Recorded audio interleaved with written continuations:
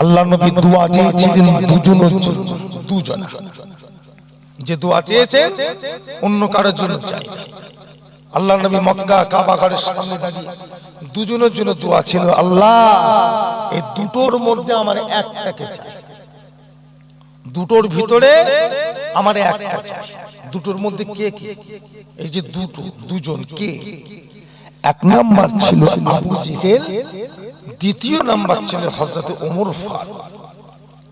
আল্লাহ রাসূল বলেছিল, আল্লাহ এই দুটোকে যদি আমার মধ্যে যদি একটাকে আমি পাই, আল্লাহ আপনার হাবিব, আমি আপনার বন্ধু, আপনার কাবা ঘরে আল্লাহ আমি ঢুকতে পারবো।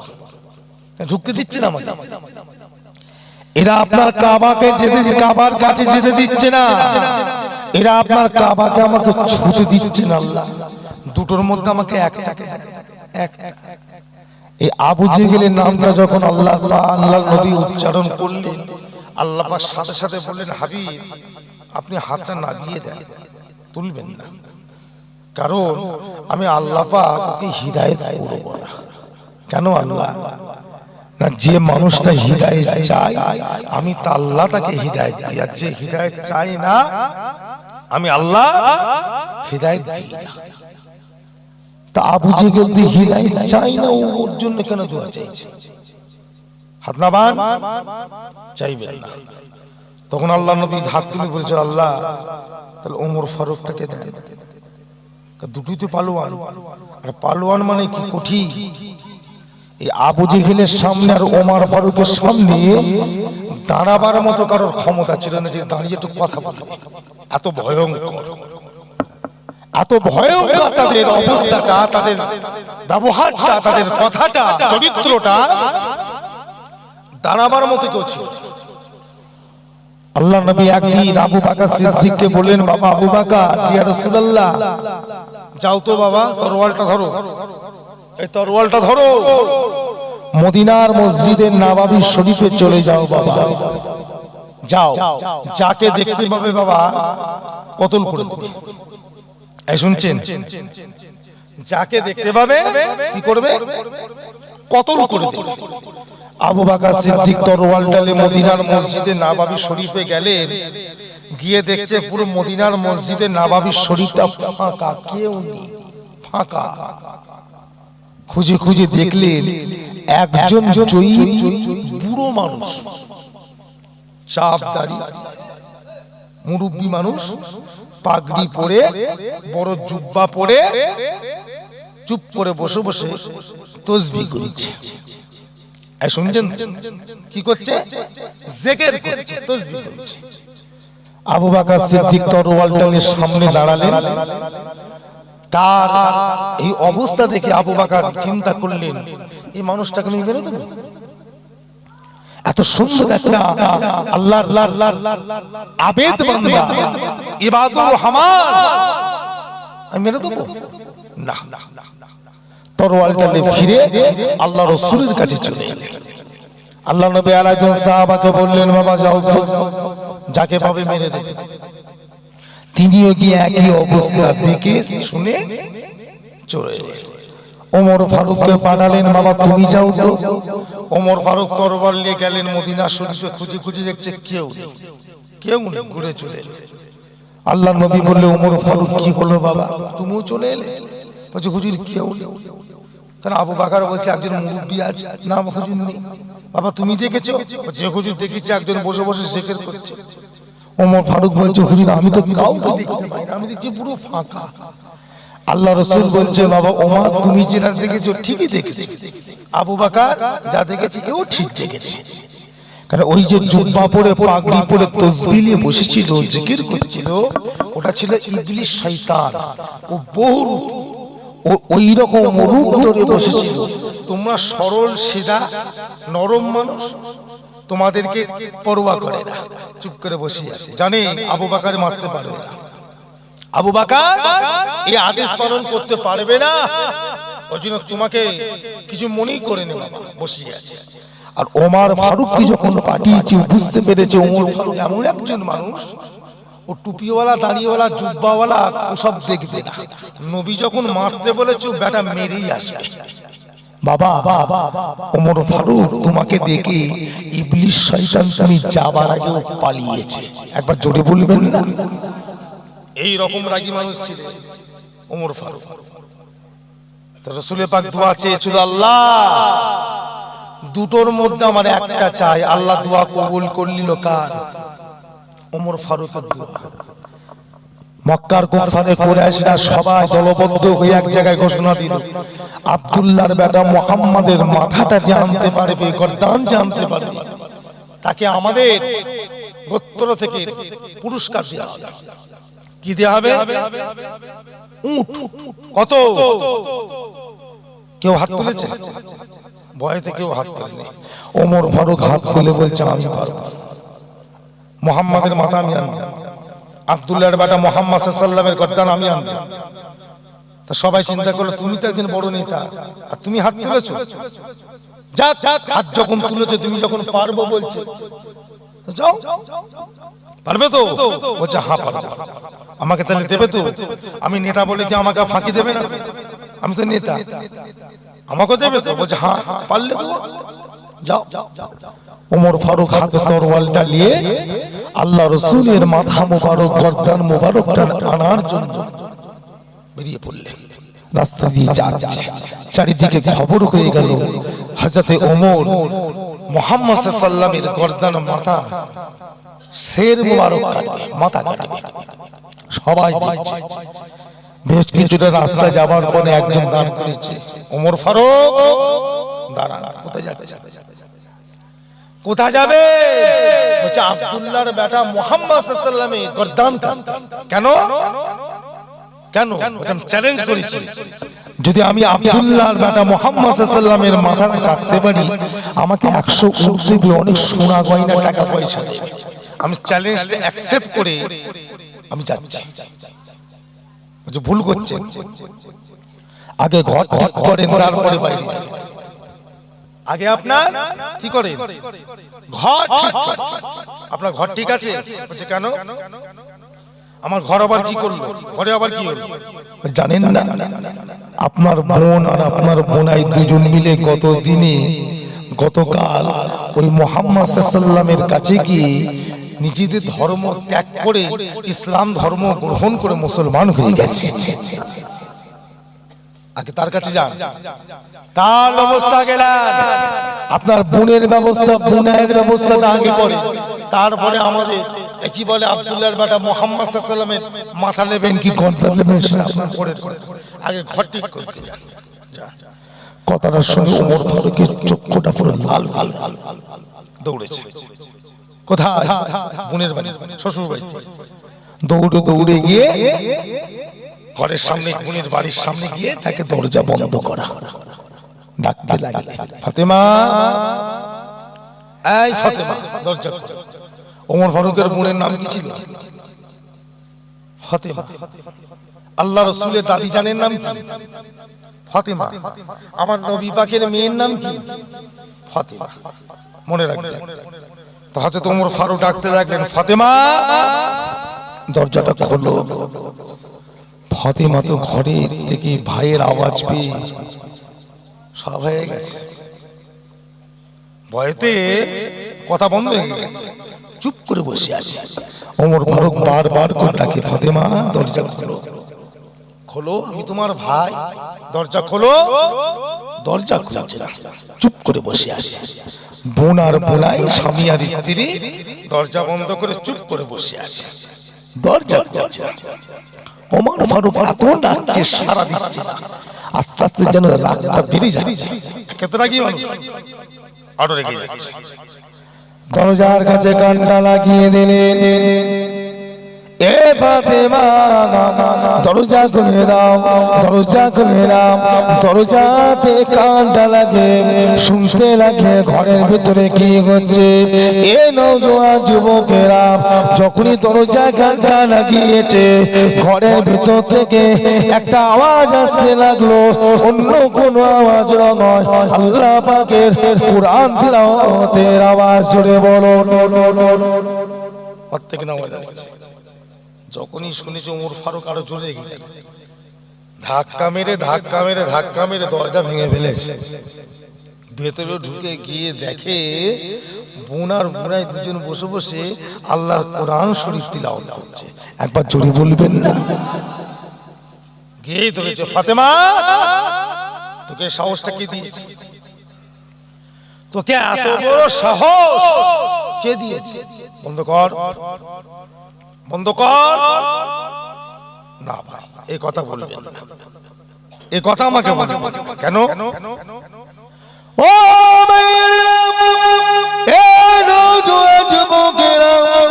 হযরত ফাতেমা শোভা বলেছে, আমার ভাই ও মা শুনে দেন, আমার অন্তরের ভিতরে মনের ভিতরে এমন একটা জিনিস ঢুকে গিয়েছে, এই ভালোবাসা মুহাব্বত আমি আর কোনোদিন বাইরে বের করতে পারবো না। হযরত ওমর হাতের মধ্যে চাবুকটাকে তুলে নিয়ে এত মার মেরেছিলেন, হযরত ফাতেমা শরীরের চামড়াগুলো পেটে চল করে রক্ত পড়তে লেগেছে। জমিনে পড়ে লুটো পাটি গড়াগড়ি খেতে লেগেছে, তারপরে মারতে লেগেছে। ছেড়ে দে কোরআন, ছেড়ে দে কলেমা, ছেড়ে দে। ফাতেমা এই অবস্থাতে কথা বলার ক্ষমতা নাই, কোন রকমে বলেছিলে ভাই মারতে যদি মেরে ফেলেন তথাপি মুহাম্মাদের কলেমা কোনদিন ছাড়বো না। জোরে বলো। এইভাবে দিন প্রতিষ্ঠিত হয়েছে। আরে সেই দিনটাকে আপনারা কি করছেন? কিরাম বোর্ডে এই ছেলেরা কথা বলবে তো? তাসের বোর্ডে, জুয়ার বোর্ডে, কিরাম বোর্ড খেলে, জুয়া খেলে, মদ খেয়ে, লটারি কেটে, মোবাইলে পাবজি খেলে, চিৎকার করে একবার সবাই বলে আল্লাহ পাক আছেন না নাই? জোরে বলে। মুখ দেখাতে পারবেন তো? মুখ দেখাতে পারবেন তো? এই ছেলেরা কথা বলুন, আল্লাহর কাছে মুখ দেখাতে পারবে তো? তুমি ভাবছো নুরুল্লাহ সিদ্দিকী দাদা পীরের আওলাদ, এ হাজার অন্যায় করলো, ও দাদা পীরের খাতিরে ওকে ছেড়ে দেবে না? কে বলেছে ছেড়ে দেবে আমাকে? আমি দাদা হুজুরের আওলাদ, হাজার অন্যায় করব, যা মন চাইছে তাই করব, হাগো আমার আল্লাহ আমাকে ছেড়ে দেবে কি?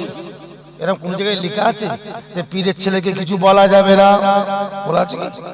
ও পীরের ছেলে হোক, আলেমের ছেলে হোক, মুফতির ছেলে হোক, হাফেজ সাহেবের ছেলে হোক, আর দরবেশ সাহেবের ছেলে হোক, আর নামাজি ছেলে হোক, আমার আল্লাহর কাছে কোনো পরিচয় চলবে না। কি কথা ঠিক না ভুল বলছি? কোনো পরিচয় চলবে না। আল্লাহর কাছে পরিচয় হবে একটাই, তোমরা মখলুক, আমি খালিক, তোমরা বান্দা, আমি আল্লাহ। এ ছাড়া কোনো পরিচয় চলবে না। তো হযরত ফাতেমাকে এত মার মেরেছিল, একে তো মেয়ে মানুষ, শরীরের চামড়া কি নরম, ছেলেদের তুলনায়, পুরুষদের তুলনায় মেয়েদের চামড়া নরম। মেরে মেরে মেরে মেরে শরীরের চামড়াগুলো ফেটে গেছে, ফেটে গেছে। দেখেন না, একজন আছে হয়তো বাচ্চারা বদমাইশি করেছে, কঞ্চির বাড়ি সাপাট করে দিয়েছে, দেখেন না পুরো ফেটে যায়, দেখেছেন? ফেটে যায়, তখন ফেটে ফেটে রক্ত বেরোচ্ছে, খুন। ফাতেমা তখনও পর্যন্ত মুখের একটাই বলি, আল্লাহ আমি যদি মরেও যাই, আল্লাহ আমাকে কলেমা পড়তে পড়তে আল্লাহ মরণ দাও। একবার জোরে বলবেন না? তখনও বলছে। এই যে কথাটা ওমর ফারুকের মনে যারা গিয়ে ধাক্কা লাগলো, যে আল্লাহ আমার মায়ের পেটের বউ, আমি ওর ভাই, এত মারলাম, এত কষ্ট দিলাম, এত কিছু বললাম, তার সত্ত্বেও ওর মুখ থেকে এখনো পর্যন্ত এই একটাই আওয়াজ, আল্লাহ কলেমা যেন আমার ছেড়ে না যায়। তাহলে কি এমন আছে যে কলেমার ভিতরে কি এমন জাদু আছে? এই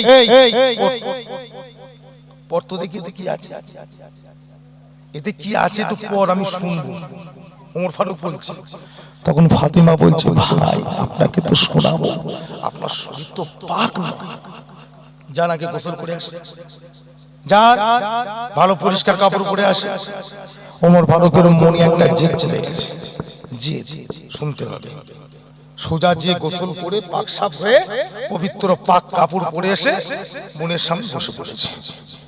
হযরত ফাতেমা আল্লাহ কোরআন শরীফটা তেলাওয়াত শুরু করে দিলেন। ও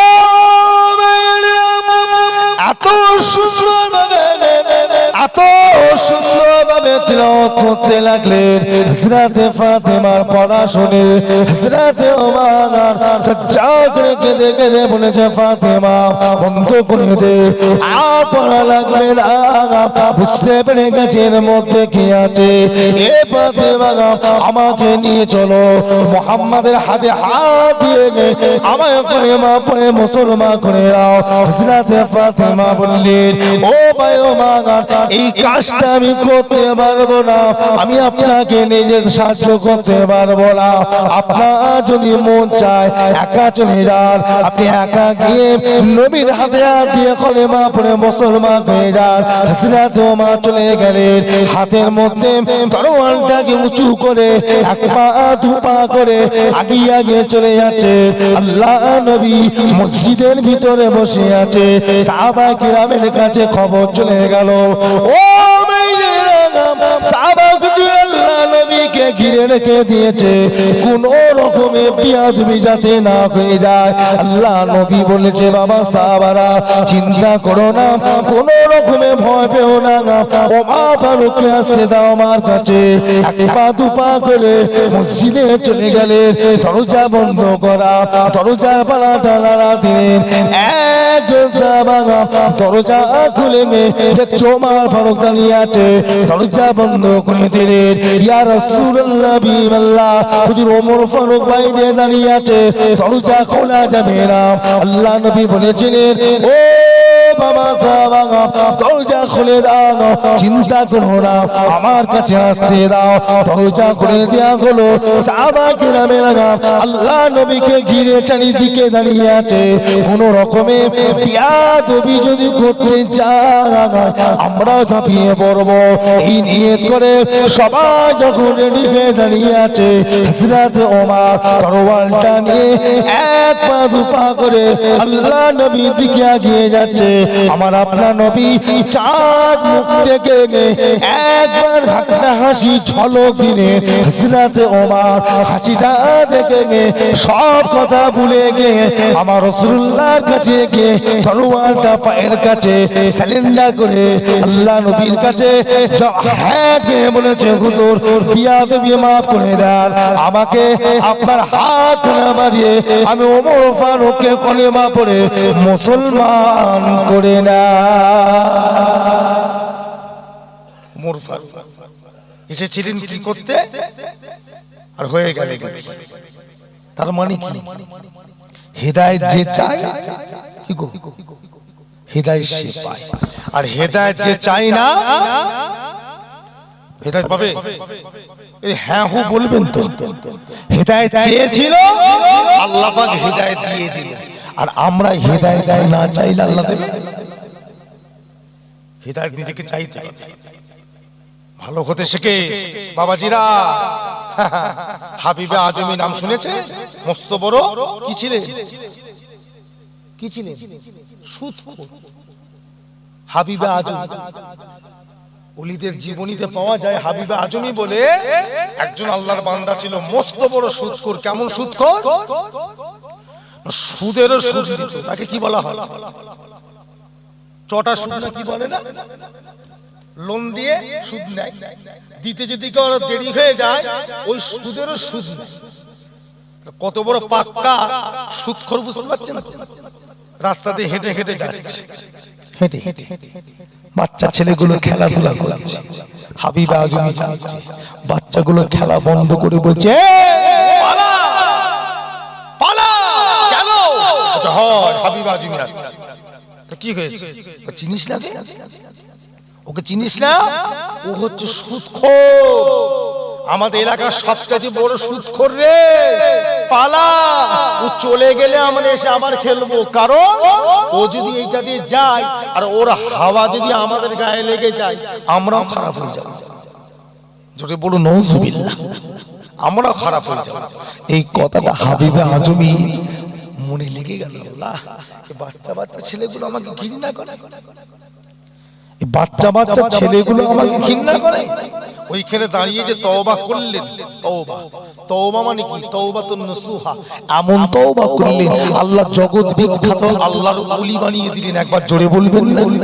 হ্যাঁ, জোরে বলা যাবে না? এই রকম তওবা ধেই দেই ধেই দেই ধেই দেই করে খাই লাস্টে যুবকগুলো মস্তান হয়ে গেছে, মস্তান। এই যে 31 কো বেরিয়েছিল নাকি? এই যুবকরা বেরিয়েছিল নাকি? তওবা করো।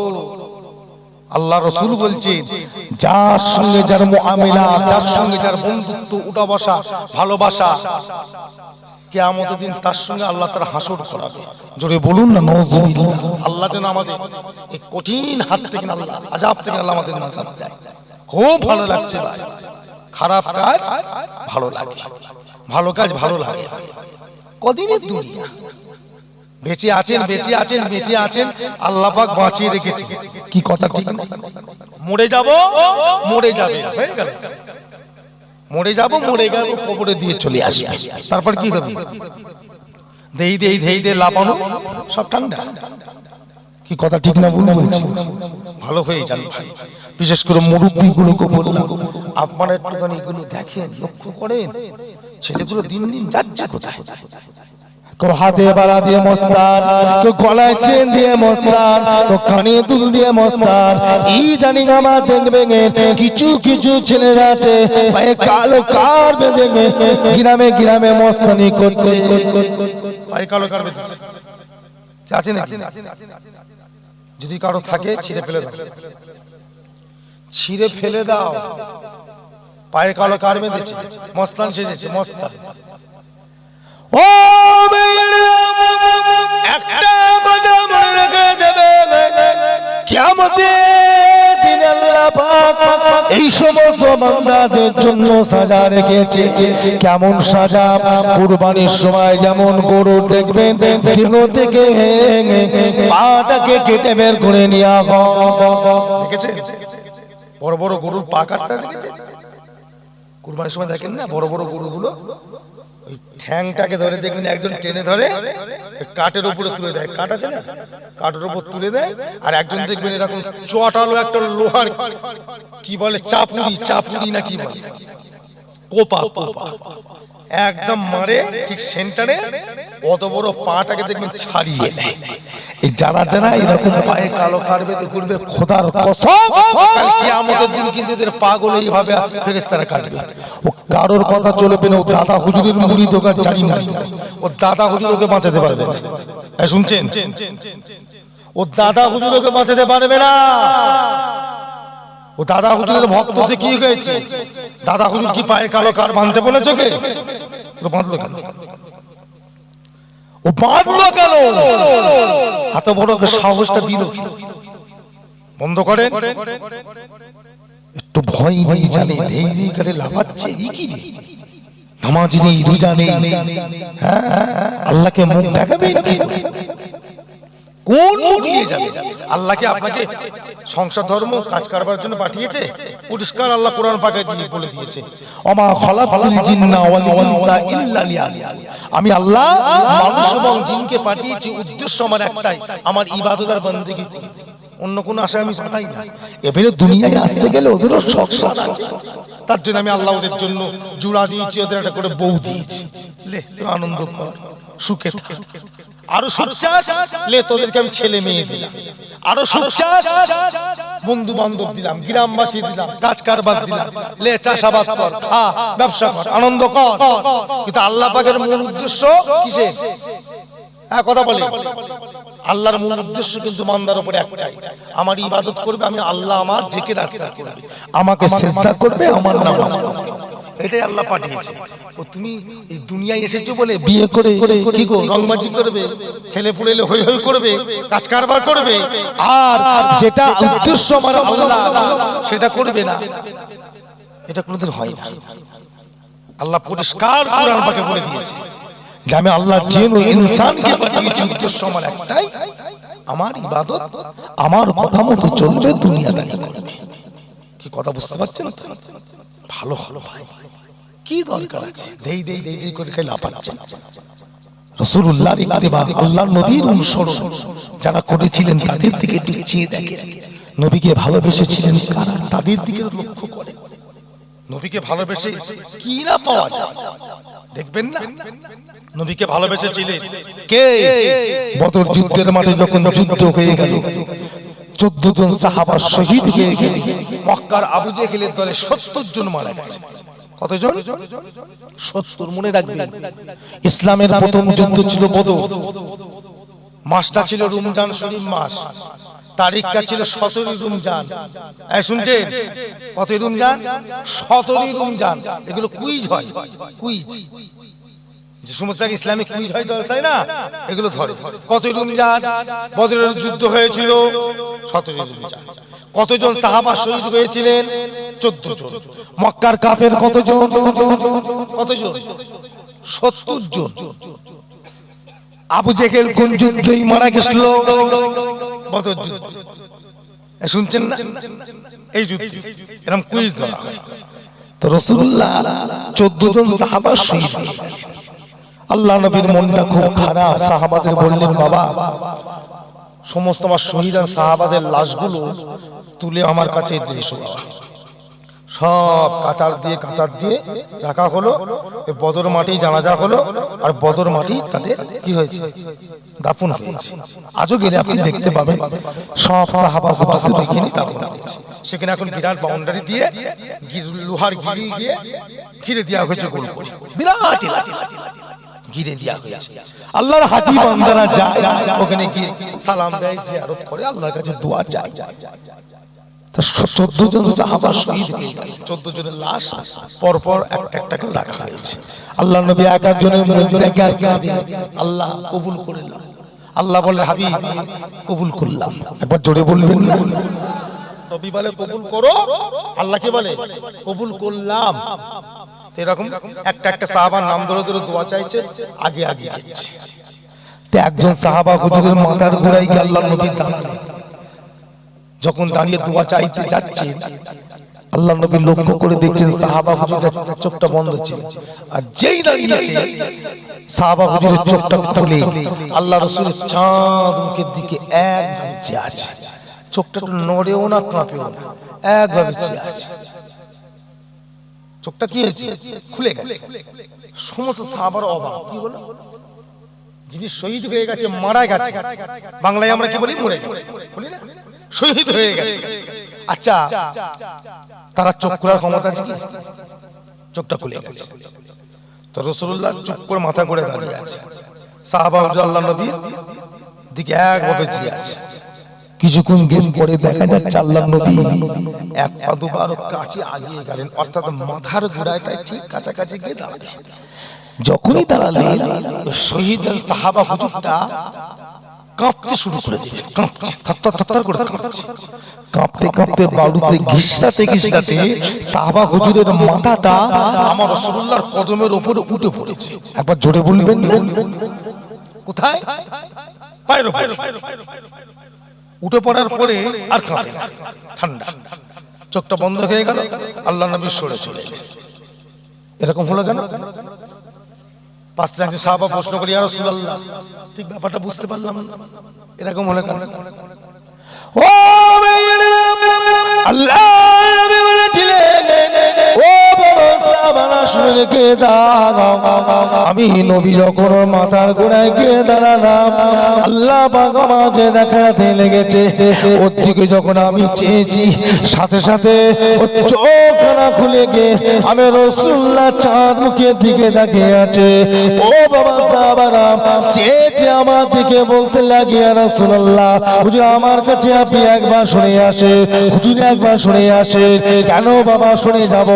হুজুর আপনার শরীরে, আপনার কদমে যদি আমার শরীরটা না ডাকে, আমার মাথাটা আপনার কদমে যদি না ডাকে, হুজুর আমার মওত হবে না, হুজুর আমার মওত হবে না।